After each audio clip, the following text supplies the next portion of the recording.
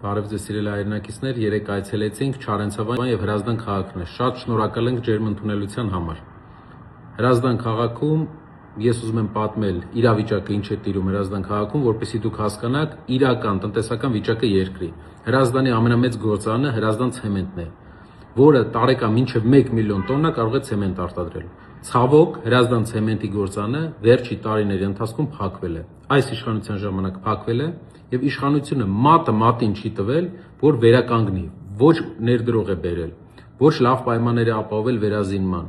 Եվ այսօր 450 հոգի մարդ, որը Հրազդանի համար շատ մեծ քանակ է, նաեւ աշխատատեղ է հիմնականում ստեղծող, չեն ստացել իրենց աշխատավարձերը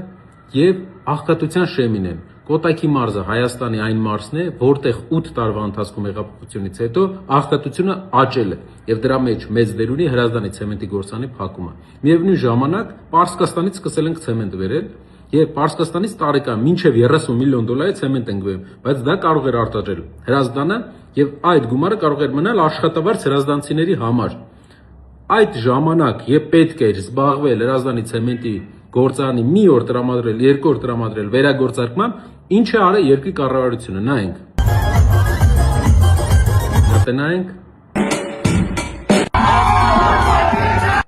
Սիրելի հայրենակիցներ, կառավարությունը միայն զբաղված է պարտք վերցնելով եւ փոքր ռեմոնտներ անելով, արագ ռեմոնտներ անելով այն մարդկանց, ում գործազրկության է մատնել նա,